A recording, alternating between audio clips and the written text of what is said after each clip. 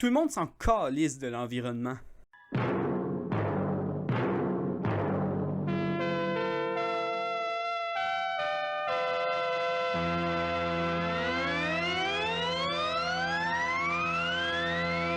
Bonjour le Québec, bienvenue à la chaîne de Max Duclos. Aujourd'hui, faites pas votre autruche, fermez pas la vidéo tout de suite, on va parler d'environnement.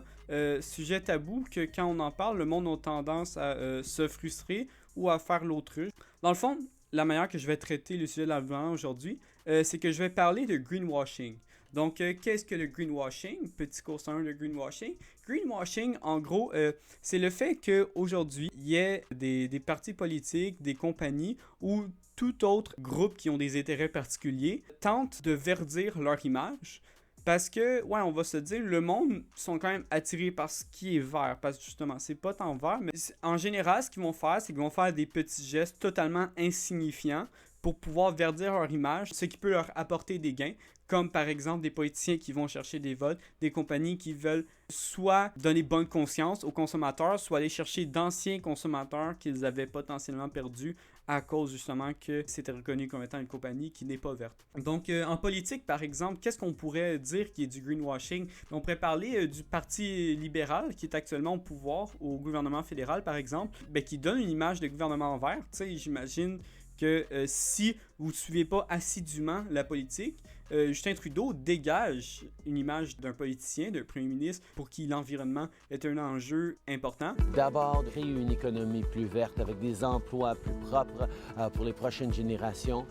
Mais concrètement, lorsqu'on regarde les gestes posés, c'est pas le cas pantoute. Récemment, je pense la semaine passée, dans un article du Devoir, il disait que les subventions données aux compagnies d'énergie fossile, ils sont en hausse sous le gouvernement Trudeau. Un gouvernement libéral, supposément vert, donne plus d'argent aux compagnies qui extraient du pétrole de des sables bitumineux, par exemple, en Alberta. C'est un peu ça qu'on pourrait appeler du greenwashing en politique. Sinon, dans une politique plus provinciale au Québec, on pourrait parler de François Legault. Il l'a dit lui-même dans une entrevue au début de son mandat qu'il ne se transformerait pas en bonhomme vert. Il parle quand même un peu d'environnement, il fait des plans d'environnement au Québec, mais après ça, il subventionne un projet qui va totalement en contresens de l'objectif d'une société verte en le troisième lien. Ça touche pas juste ça, la grande majorité des partis politiques ont des plans verts, c'est juste de l'image, Bon, peut-être vous me direz, c'est comme n'importe quoi en politique, c'est juste de l'image.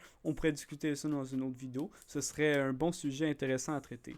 Donc après ça, quand on voudrait parler de des compagnies qui font du greenwashing, on pourrait parler par exemple, l'autre jour, je me promenais sur la rue Sainte-Catherine, j'ai vu H&M qui fait de la publicité comme quoi c'est une compagnie verte. Ils font des maillots de bain avec des matériaux recyclés. T'sais, on va se le dire, c'est pas en fabriquant des maillots de bain des matériaux recyclés qu'on va régler la crise climatique et toutes les crises environnementales en général.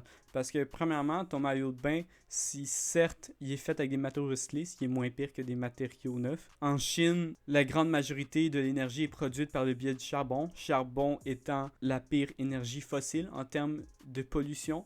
Donc, c'est absurde. Ça vient de Chine, justement, donc ça fait un super long trajet. Pour produire également du tissu, ça prend une quantité astronomique d'eau.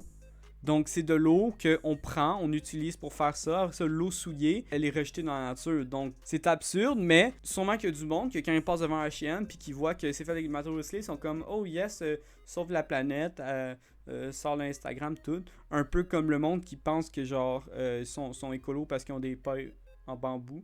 Genre, ok, mais si tu bois genre un gobelet ça de gros de cappuccino glacé avec une paille en bambou, genre, c'est futile comme geste. Puis, dernière chose sur le H&M, il reste que même si tu achètes des maillots en matériaux recyclés, les maillots ne peuvent pas être recyclés à leur tour. Puis, j'ai regardé vite l'autre jour, sur le site de l'Université de Montréal, ils rapportent une étude comme quoi les Québécois jetteraient en moyenne 24 kilos de vêtements par année. C'est astronomique. Puis du vêtement, ça reste dans le dépotoir, ça chill là, ça émet du méthane, puis c'est dégueu. Fait que venez pas me faire chier que des maillots de bain recyclés, c'est écologique. Sinon, on pourrait parler de IGA. Moi, quand je vais à mon IGA, ici, pas loin, ils ont un petit logo qui dit IGA plus vert que jamais. Mais après ça, quand tu arrives à la caisse, ils t'offrent des coupons rabais pour de l'essence. ou encore on pourrait parler d'essence tout court. Déjà, il y a des pompes à essence qui avaient un lien vers un site internet pour des recommandations pour réduire son impact sur le climat. Y a quoi de plus absurde que de l'essence verte? Répondez-moi quelqu'un. Expliquez-moi. Peut-être que moi je comprends pas quelque chose, là, je sais pas, mais en tout cas, ça fait pas de sens. Ça fait pas de sens. Je pense que tout le monde voudrait améliorer son empreinte écologique, mais juste les petits gestes. T'sais, on n'est pas prêt à se départir de l'auto, on n'est pas prêt à arrêter de voyager, on n'est pas prêt à arrêter de manger de la viande, on n'est pas prêt à arrêter d'avoir une 13e paire de souliers dont on a fucking pas de besoin. Mais par contre, on est prêt à avoir une paille en bambou, puis faire un don de 5$ à Greenpeace quand il y a quelqu'un qui nous harcèle au coin de Saint-Denis puis Mont-Royal. Je dis ça suite au rapport du GIEC qui est sorti hier ou avant-hier.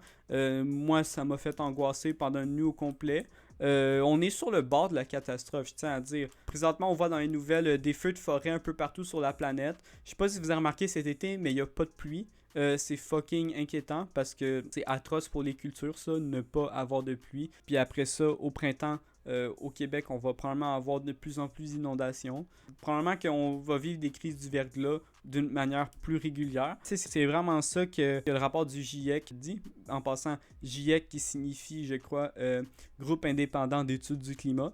On est vraiment sur le bord du précipice. C'est minuit moins 1, mais pas minuit moins 1 minute, c'est minuit moins 1 seconde. On est vraiment dans le marde, puis je voulais vraiment aborder ce sujet-là.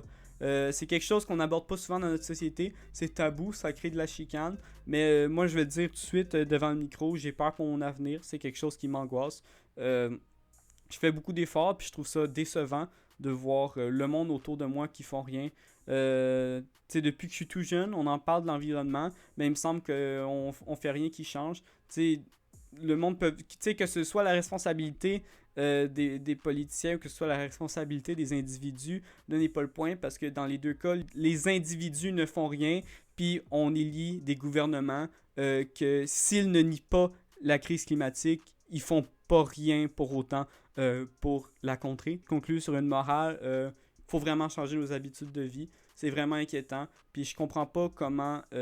En tout cas, j'espère pas que dedans 20 ans, quand on va avoir des grandes sécheresses ou des grandes inondations au Québec ou des grands feux de forêt, il va y avoir un adulte qui va regarder dans les yeux son enfant puis qui va lui dire « Ouais, on a vraiment tout fait. » Parce que non, c'est pas vrai. Depuis des décennies, on fait se mettre la tête dans le sable, on fait preuve de mauvaise foi, on nie presque le réchauffement climatique.